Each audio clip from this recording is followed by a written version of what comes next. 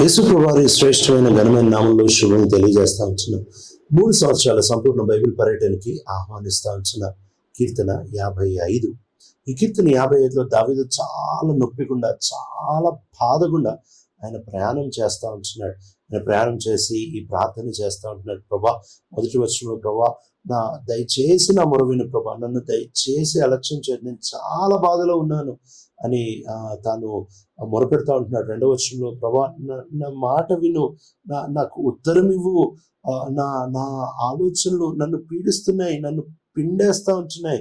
ఎందుకంటే నా యొక్క శత్రువులు చెబుతున్న మాటలు వింటుంటే, దాడి చేస్తూ ఉంటున్న దుష్టుల మాటలు వింటుంటే, ప్రభా, నా మీద పడబోతున్న ఆ శ్రమల గురించి, వాళ్ళు తీసుకొని వస్తున్న ఆ వేదన గురించి వింటుంటే, ప్రభా, నువ్వు నా మొర వినకపోతే నేనేమైపోతాను అన్నట్టు దావీదు చాలా దీనుడిగా ప్రభు దగ్గరికి వచ్చి మొర పెడతా ఉంటున్నాడు. అయితే ఇలాంటి విపత్తు పడినప్పుడు మరణం యొక్క భయాలు 4వ వచనంలో తన మీద పడి తన హృదయం అంతా గందరగోళంగా ఉంటున్నప్పుడు దావీదు తాను ప్రతిస్పందించే విధానం 6వ వచనంలో ఆయన అంటున్నాడు, అయ్యో నాకు గువ్వరెక్కలుంటే ఎంత బాగుండు, నేను దూరం ఎగిరిపోయేవాడిని. 7వ వచనంలో నేను చాలా దూరం వెళ్ళిపోయి ఎక్కడో అరణ్యంలో బతికేసేవాడిని అని అంటున్నాడు. అంటే ఇంకో మాటలో దావీదు ఆ పరిస్థితులన్నిటి నుంచి తప్పించుకొని ఎక్కడికో వెళ్ళిపోయి క్షేమంగా ఉందామో అని అనుకుంటున్నాడు. ఎందుకంటే పరిస్థితి అంత గంభీరము. అలాంటి పరిస్థితి తనపై పడతా వచ్చింది. అయితే 22వ వచనంలో ఇంకో ప్రత్యామ్నాయాన్ని కూడా చెప్తాడు. ఒకటేమో పారిపోయి ఎక్కడికో వెళ్ళిపోయే ప్రత్యామ్నాయం, ఇంకో ప్రత్యామ్నాయం 22వ వచనంలో చెప్తున్నాడు, నీ బాధలన్నీ యెహోవా మీద మోపము, ఆయన నిన్ను బలపరుస్తాడు, ఆయన నిన్ను ఆదరిస్తాడు, నిన్ను పడిపోకుండా ఆయన కాపాడుకుంటాడు, ఆయన నీతిమంతుడు ఎన్నడూ కదలనివ్వడు అని చెప్తా ఉంటున్నాడు. ఇంకో మాటలో దావీదు చెప్తా ఉంటున్న మాట, ఇంతకు ముందు అయితే నేను వెళ్ళిపోతే క్షేమం అనుకున్నా, కానీ ఇప్పుడు అర్థమైంది, నా బాధలు, నా భారాలన్నీ ఆయన మీద వేయడమే ఇదే నా నిజమైన క్షేమము అని చెబుతా ఉంటున్నాడు. మన జీవితాల్లో అనేక సార్లు మనం కూడా ఒత్తిడికి పాలైపోయి, గురైపోయి వెళ్ళిపోతే బాగుండు, వదిలేస్తే బాగుండు. అది కొన్నిసార్లు కుటుంబం కావచ్చు, కొన్నిసార్లు వ్యక్తిగత, కొన్నిసార్లు ఉద్యోగ పరిస్థితి, కొన్నిసార్లు సేవ పరిస్థితి, కొన్నిసార్లు దేవుణ్ణే వదిలిపెట్టేసి వెళ్ళిపోతే బాగుండు కదా, ఇదంతా నా వల్ల కాదు అని ఈ దినాలు ఎంతమంది ఆత్మహత్యలు చేసుకున్నారు, ఎంతమంది వదిలిపెట్టి పారిపోతున్నారు. అయితే పరిష్కారం అది కాదు, ఇంకా మంచి పరిష్కారం 22వ వచనం, ప్రభు మీద మన భారం అంతా వేయాలి.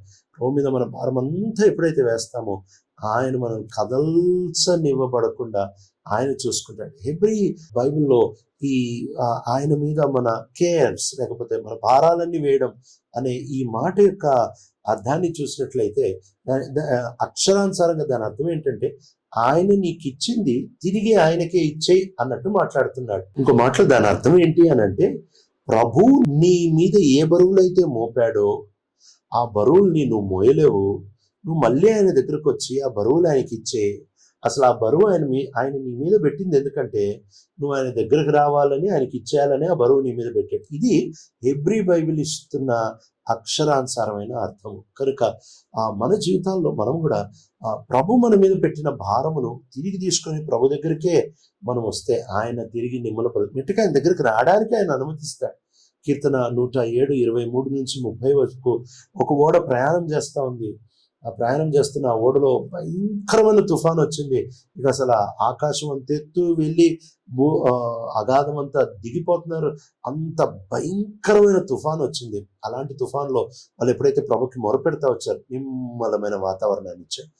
ప్రభు చాలాసార్లు మన జీవితాల్లో ఇలాంటి పరిస్థితులు అనుమతిస్తాడు. ఎందుకు అనుమతిస్తాడు అని అంటే, మనం ఎట్లోకట్లా ఆయన దగ్గరికి వచ్చేయాలని, ఆయన దగ్గరికి వచ్చి ఆయన చేతిలో సమస్తాన్ని వదిలిపెట్టాలి, ఆయన చేతిలో సమస్తాన్ని ఆయన చేతిలో వదిలివేయడానికి ఆయన ఇలాంటి పరిస్థితిని అనుమతిస్తాడు. అందుకే మనము పారిపోవడము అనేది సహజంగా మనకి మంచిది అని అనిపిస్తుంది, వదిలేయడం, వెనక్కి వెళ్ళిపోవడం మనకు మంచిది అనిపిస్తుంది. కానీ ప్రభు రెండో ప్రత్యామ్నాయాన్ని ఇస్తా ఉంటున్నాడు, నా దగ్గరికి రా, అప్పగించు, నేను చూసుకుంటా, నేను నడిపిస్తాను అని చెప్తున్నాడు. ఇక్కడ ఈ కీర్తనలో దావీదుకి బాగా ఇంత బాధ పుట్టించే విషయం ఏంటి అని మనం చూసినట్లయితే, 12 వర్షం నుంచి ఆయన చెబుతున్న మాట 12 నుంచి 14 వరకు అంటాడు. 12 వర్షంలో, ఒకవేళ శత్రువు నన్ను అవమానపరుస్తుంటే, శత్రువు ఒకవేళ నా కీడు చేస్తా ఉంటే నేను దాన్ని తట్టుకునేవాడిని, నేను కొంచెం దాన్ని సహించేవాడిని. ఒకవేళ నాకు విరోధే గనక నాకు విరోధంగా లేస్తా ఉంటే నేను దాచుకోగలిగి ఉండేవాడిని. కానీ నాలాంటి వాడివే కదా నువ్వు, నా సహచరివి, లేకపోతే నా తోడు కదా, నా స్నేహితుడిగా ఉన్నావు కదా, నాకు చాలా ప్రాణ స్నేహితుడిగా ఉన్నావు కదా, నీ యొక్క తీపి సహవాసాన్ని నేను ఒకప్పుడు అనుభవించాను కదా. దేవుని ఇంటికి మనం నడుచుకుంటా వెళ్ళేటప్పుడు ఆరాధికులు మన చుట్టూ ఉండేటప్పుడు ఎంత ఆనందంగా ఉండేవాళ్ళము అంటే, ఇంకో మాటలో ఈయన అహీతోపెలు గురించి మాట్లాడుతూ ఉంటున్నాడు. అహీతోపెలు ఈయనకి ఆలోచన చెప్పేవాడు. ఈయన మందసాన్ని తీసుకొని వచ్చేటప్పుడు అహీతోపెలు ఈయనతో పాటు నడిచేవాడు. వెటికి అహీతోపెలకి ఈయనకి చాలా దగ్గర సంబంధం ఉంటే అన్ని విషయాలు మనసు విప్పి దావీదు అహీతోపెలతో మాట్లాడేవాడు. కానీ ఈ అహీతోపెలు గురించి 2 సమూయేలు గ్రంథం 15:31 దావీదుకు చెప్పారు, అహీతోపెలు అబిషాలోము తో పాటుంటున్న నీకు విరోధులతో పాటు కలిసిపోతా వచ్చాడు. అప్పుడు దావీదు ప్రార్థన చేశాడు, ప్రభా అహీతోపెలు ఆలోచనని వ్యర్థం చేయి అని ప్రార్థన చేస్తా వచ్చాడు. బిడ్డకి ఇంత దగ్గరుండేవాడు ఎప్పుడైతే కీడు చేశాడో దావీదు తట్టుకోలేకపోతా ఉంటాడు. 21వ వచనంలో ఇంకో మాట అంటున్నాడు అహీతోపెలు గురించి, అతని మాట వెన్నవల్లే చాలా మృదువుగా చాలా సున్నితంగా ఉంటుంది, కానీ తన హృదయంలో యుద్ధము. అంతేకాదు తన మాటలు చక్కగా నూనెలాగా దిగిపోతాయి, కానీ అవి భయంకరమైన కత్తులు అని చెప్తా ఉంటున్నాడు. అంటే ఇప్పుడు ఈ వేషధారిని తట్టుకోలేకపోతా ఉంటున్నాడు. మాట ఒకలాగుంది, హృదయం ఒకలాగుంది, వైఖరి ఒకలాగుంది, మనసులో దృక్పథం ఒకలాగుంది. దీన్ని టోటల్గా దావీదు అస్సలు తట్టుకోలేకపోతున్నాడు. ఒక వ్యక్తి హృదయానికి ఎంత దగ్గర అవుతాడో ఆ వ్యక్తి చేసే గాయము అంత గాఢంగా వెళ్తాది. బయటోడు గాయం చేస్తే అంత నొప్పి అనిపించదు.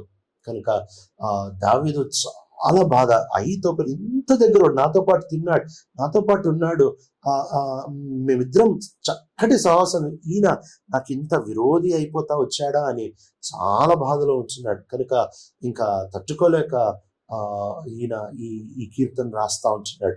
బయటికి యేసుప్రభువు వారి జీవితంలో కూడా ఇట్లానే తను పెంచి పోషించి నేర్పించి డబ్బు సంచిచ్చిన యూదా ఇస్కరియోతు చేస్తా వచ్చాడు. యోహాను సువార్త 13:21 అంటున్నాడు, ఆయన ఆత్మలో కలవరపరచబడి అంటున్నాడు, నిజముగా మీతో చెప్తున్నాడు, మీలో ఒకడే నన్ను అప్పగిస్తాడు అని చెప్తా ఉంటున్నాడు. ఎంత భయంకరమైన ఒత్తిడి కదా, ఎంత భయంకరమైన వెన్నుపోటు, ఇది తట్టుకోవడం చాలా కష్టం. అందుకనే పాత నిబంధనలు కూడా ఒక ప్రవచనం రాసి పెడతా వచ్చారు, ఈ దెబ్బలు ఎక్కడివి అని అంటే నా స్నేహితుని ఇంట నాకు కలిగిన దెబ్బలు అని రాస్తున్నాడు. మెటికి ఈ అహీతోపెలు ఇలా చేసినప్పుడు దావీదు తన మీద కోరుకున్న శిక్ష 15వ వచనం, అహీతోపెలు మీద కోరుకున్న శిక్ష 15వ వచనంలో, మరణం వచ్చి నా శత్రువుల్ని ఆకస్మికంగా వాళ్ళు ఊహించని విధానంలో మరణం వచ్చి వాళ్ళని ఆశ్చర్యకరంగా తీసుకొని వెళ్ళిపోవాలి. వాళ్ళు అట్లే బతికే వాళ్ళు గోతిలోనికి దిగిపోవాలి, వాళ్ళ చెడు వాళ్ళని అక్కడ పట్టుకోవాలి అని చెప్తా ఉన్నాడు. ఇంకో మాటలో చచ్చిపోవాలి అని కోరుకుంటా ఉంటున్నాడు. కానీ యేసు ప్రభువు కోరుకునే విధానం ఎంత వ్యత్యాసము. మార్కు సువార్త 14:21 మనుష్య కుమారుడు తనకి ఎలా రాయబడిందో అలానే వెళ్తాడు. అయితే తనని అప్పగించిన మనిషికి శ్రమ, అట్టివాడు పుట్టకుండా ఉంటేనే బాగుండు. దావీదు వివరించే విధానానికి యేసు ప్రభు వారు వివరించే విధానానికి ఎంత వ్యత్యాసం కదా. యేసు ప్రభు ప్రేమతోనే వివరిస్తూ ఉంటున్నాడు, చెలికాడా అని పిలుస్తూ ఉంటున్నాడు. మెటికి యేసు క్రీస్తు ప్రభు వారు ఆ వ్యక్తిని నువ్వు ఏ మనసు ఉందో అది చేసుకో అని చెప్తా ఉంటున్నాడు. అయితే దావీదు ఈ వ్యక్తి చచ్చిపోవాలి అని చెప్తా ఉంటున్నాడు. వాస్తవంగా ఆ వ్యక్తి చనిపోతానే వచ్చాడు. ఈ కీర్తన 9-11 వచనాల వరకు పట్టణం అంతా గందరగోళం, యెరూషలేము అంతా గందరగోళం, తన ఇల్లు అంత గందరగోళం, అబిషాలోము ఉపపత్నులతో సేనిచ్చి చాలా అసహ్యమైన పనులు చేస్తా ఉంటున్నాడు. ప్రజలందరూ దావీదు వైపు ఉంటున్న వాళ్ళు ఒక్కసారి అటు వెళ్ళిపోయారు. అసలు చాలా గందరగోళం. వాటిలన్నిటినీ ఆయన రాస్తూ కలహము, ఆ తర్వాత బలాత్కారము, ఆ తర్వాత పాపము, దోషము, అక్రమము, అవినీతి, చెడుతనము, ఇవన్నిటినీ ఆయన మనుషుల్లాగా రాస్తూ వాళ్ళు నడుస్తున్నారు, వాళ్ళు గోడల మీద ఎక్కుతున్నారు, వాళ్ళు పట్టణాల్లో తిరుగుతున్నారు అన్నట్టు 9-11 వచనాల వరకు ఆయన అలంకార భాషలో రాస్తా ఉంటున్నాడు. నెటికి ఇదంతా ముగించి చివరికి ఆయన వచ్చి, ప్రభా నేనైతే నీలో నమ్ముతున్నాను అనే మాటతో, but as for me I trust you, నేనైతే నేను నమ్ముతాను ప్రభా. అహీతోపెలు ఇన్ని సంవత్సరాలు నాకు ఇంత దగ్గరగా ఇంత కీడు చేసి నేనైతే నేను నమ్ముతాను. ఇలా ఈ కీర్తనని ఆయన అంతం చేస్తూ వచ్చినాడు. మన భారాలు కూడా ఆరిపోవడం కాదు సొల్యూషన్, మన భారాల ప్రభావం మీద వేయడమే సొల్యూషన్. ప్రియ తండ్రి, నమ్మకమైన దేవా, మా భారములన్నీ మీద వేసి నిమ్మలంగా నేనైతే నిన్ను నమ్ముతున్నాను అన్న స్థితిలో బ్రతికే కృపను అనుగ్రహిస్తున్నాను. యేసయ్య నామములో అడుగుతున్నాం తండ్రి, ఆమేన్.